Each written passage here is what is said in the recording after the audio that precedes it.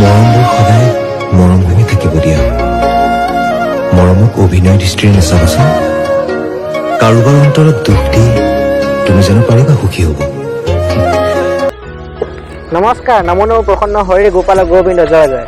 সকলোকে মোৰ সৰু ইউটিউব চেনেলটোত স্বাগতম জনাইছোঁ। আজি আপোনালোকলৈ লৈ আহিছোঁ হোজাই আকাশ ৰাজখোৱাৰ এটি প্ৰেম কাহিনীটো উপস্থাপন কৰিছে সোণাৰী আলপিত আছে।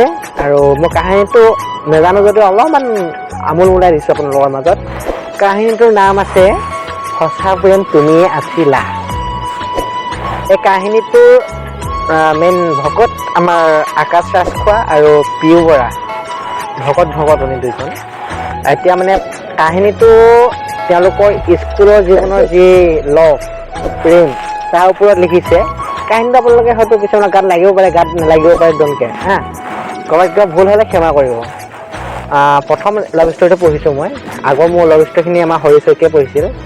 আৰু আমাৰ এইটো নামটো ইয়াৰ জবলা খোৱা, ইয়াৰ ঘৰ ইয়াত নাহৰকটীয়া। বহিছে বহক, কোনো কথা নাই। এতিয়া আছোঁ গুৱাহাটীৰ নৰকাসুৰৰ এটি শিলৰ কুণ্ডাত বহিছোঁ। কুণ্ডাত বহি এই প্ৰেম কাহিনীটো উত্থাপন কৰিম আপোনালোকৰ আগত। তেতিয়া মই দশম শ্ৰেণীৰ ছাত্ৰজনৰ নাম আছিল আকাশ ৰাজখোৱা। হঠাতে এদিন তাৰ এজনী ছোৱালীক বহুত ভাল লাগিছিল। তাইৰ নাম আছিল পিয়ু বৰা। তাইৰ লগত কথা পাতি ভাল লাগিছিল। এদিন তাইক চাবলৈ মই পাগল হৈ গৈছিলোঁ। সেইবিলাকৰ মই নহয় দেই, কিন্তু তাইক মনৰ কথা ক'ব পৰা নাছিলোঁ। মোৰো একে কণ্ডিশ্যন আছিল, কিন্তু তাইক সেইটো হৈ গ'ল। তাই আছিল মোৰ চিনিয়ৰ। জুনিয়ৰ আৰু চিনিয়ৰ মাজত এটা পাৰ্থক্য আছে, ডিফাৰেঞ্চ আছে। কিন্তু ভয় সংকোচটো থাকে লাষ্ট। আৰু মানে তাই আছিল এইচএছ ফাৰ্ষ্ট। বেছি ডাঙৰ ছোৱালীও নহয়, তেতিয়া মোতকৈ সৰু। মই বেছি ডাঙৰ নহয় বাৰু। তাৰ পৰা এদিন হঠাৎ গম পালোঁ যে তাইক মোৰে এজন প্ৰিয় বন্ধু, নাম নকৰোঁ, বন্ধুৱে তাইক মানে ভাল পায়। গতিকে মই কি কৰোঁ কি নকৰোঁ ভাবি পোৱা নাছিলোঁ। মই আৰু মনৰ কথা ক'ব নোৱাৰিলোঁ তাইক। মনে প্ৰাণে বিচাৰিলোঁ তাই আৰু মোৰ বন্ধু ভালে থাকক, কুশলে থাকক, সুখত থাকক। সিহঁত দুটাৰ মাজত যেন এটা সম্পৰ্ক গঢ়ি উঠে, তাৰ বাবে সি বহুত চেষ্টা কৰিছিল। কিন্তু সিহঁতৰ মাজত সম্পৰ্ক একো গঢ়ি উঠা নাছিল। মোৰ জন্মদিনৰ দিনা তাই হেনো মোক ফোন কৰিছিল, কিন্তু মই কিবা কাৰণত কৰিব পৰা নাছিলোঁ। পিছত এদিন মই তাইক মোৰ বন্ধুজনৰ কথা কৈছিলোঁ। সি বহুত ভাল, তাৰ লগত সম্পৰ্কত আহি যোৱা না প্লিজ। কিন্তু তাই মানি লোৱা নাছিল সেই কথাষাৰ। আৰু তাই কৈছিল মই তাইক ভাল নাপাওঁ, মই মাথো তোমাকে ভাল পাওঁ। বাপৰে, মই বহুত ভাবিছিলোঁ। তাৰপিছত তাইৰ লগত মই এটা সম্পৰ্কত আবদ্ধ হৈ পৰিলোঁ। বহুত দিন আমাৰ সম্পৰ্কটো ভালে চলি আছিল। হ'ল আৰু মানে 2-3 মাহ হৈ গ'ল। এনেকৈ মানে ইমান সুন্দৰকৈ সিহঁতৰ মানে লগ চলি গৈ আছে। কিন্তু এদিন হঠাতে ঘটিব লগা ঘটনা ঘটিল। ঘটনাটো বেছি ডাঙৰো নহয়, সৰুও নহয়, মজলীয়া। মানে ঘটনাটো এনেকুৱা, যিহেতু সেই গম পাইছিল যে বন্ধুজনে তাইৰ যিগৰাকী ৰিলেশ্যনশ্বিপত আছে সেইগৰাকীক ভাল পাইছিল, কিন্তু সেই বন্ধুজনক সেই ছোৱালীজনে ভাল পোৱা নাছিল। এতিয়া সেই বন্ধুজনে কিন্তু যে আকাশৰ লগত ৰিলেশ্যনশ্বিপত আছে সেই কথাষাৰ গম পালেহি। আৰু কি ক'ব আৰু, এতিয়া আকাশে যিহেতু ছোৱালীজনীক ভাল পায় আৰু ছোৱালীজনীও ভাল পায়, সিহঁতৰ প্ৰেমততো কোনো বাধা দিব নোৱাৰে।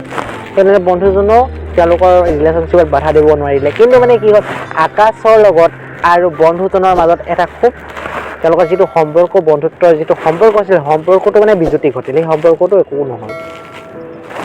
আৰু কি হ'ল, পিয়ুৰ লগত লাহে লাহে যিহেতু আকৌ মানে কি হ'ল, বন্ধুজন বেলেগ এগৰাকীৰ লগত ৰিলেশ্যনশ্বিপত গ'ল। আৰু আকৌ মানে আকাশনাথ আৰু পিয়ুৰ মানে আকৌ ৰিলেশ্যনশ্বিপটো সুন্দৰকৈ চলিব ধৰিলে। তাই থকা দিনকেইটাত মোৰ সকলো ঠিকেই আছিল। আৰু সকলো ঠিকেই আছিল, সুখৰ আছিল। কিন্তু এদিন হঠাতে ঘটিবলগীয়া ঘটনাটো বেছি ডাঙৰ নহয়। তাই হায়াৰ ছেকেণ্ডেৰী পাছ কৰি আছে। হায়াৰ ছেকেণ্ডেৰী পাছ কৰি উচ্চ শিক্ষাৰ বাবে গুৱাহাটীলৈ যোৱাৰ কথা ভাবিলে আৰু সকলোৱে তাইক ঘৰত মানে যাবলৈ মানা কৰিছিল কিন্তু কি কৰিব উপায়তো নাই এতিয়া আমাৰ আকাশেও তাইক ক'লে যোৱা যোৱা লাইফ বনোৱা কিন্তু আকাশে জনা নাছিল যে সেইটোৱে তাৰ জীৱনৰ আটাইতকৈ ডাঙৰ ভুল আছিল তাই যোৱাৰ পাছত সকলো ঠিকেই চলিছিল কেইদিনমান কিন্তু হঠাতে যেন তাই সলনি হ'বলৈ ধৰিলে কিন্তু আজিকালি কি কলেজলৈ যোৱাৰ পিছত ছোৱালীবোৰ বা ল'ৰাবোৰ সলনি হৈয়ে আৰু গোটাগুটি কথা গোটেই দিনটো ফোন মেছেজ কৰা ছোৱালীজনীয়ে কিন্তু মোক এটাও মেছেজ নকৰা হ'ল মোৰ অবিহনে যেন তাই থাকিবলৈ ল'লে মোৰ জন্মদিনত লগ কৰিব পিছত ছোৱালীজনীয়ে মোক জন্মদিনৰ শুভেচ্ছাও নজনালে বাৰু ফুৰি শেষবাৰৰ বাবে মই তাইক লগ কৰিবলৈ গৈছিলোঁ হেঁপাহ পলে এবাৰ তাইক চাব বিচাৰিছিলোঁ বুকুত এজাক ধুমুহা আৰু যেন এটা শিলগুটি লৈ মই তাইৰ লগত সেইদিনা টাইম স্পেণ্ড কৰিছিলোঁ মই তাই আনক পালে মোক পাহৰি গ'ল কি ক'বা একচুৱেলি ছোৱালী এজনীয়ে যাক প্ৰথমতে ভাল পায় বা বেলেগ ভাল পাই থাকে কিন্তু পিছত যিহেতু বেলেগ এজনক লাইনত কেনেবাকৈ লাগি যায় তেতিয়াহ'লে তেওঁ প্ৰথম প্ৰেমিকক বা ছেকেণ্ড প্ৰেমিকক পাহৰি যায় কিন্তু আমাৰ আকাশে অলিক সপোন লৈ ঘৰলৈ ঘূৰি আহিল নাজানো তাৰ কি ভুল আছিল কিন্তু তাইক আজিও সি বহুত ভাল পায় পাহৰিব নোৱাৰে লভ ইউ গনু তাইক মৰমতে আমাৰ আকাশে গনু বুলি মাতিছিল আজি সকলো স্মৃতি মই তোমাৰ স্মৃতিলৈ আজিও জীয়াই আছোঁ ধুনু তুমি সদায় সুখত থাকা ভালে থাকা এটি সঁচা প্ৰেম কাহিনী ইমানতে অন্ত পৰিছে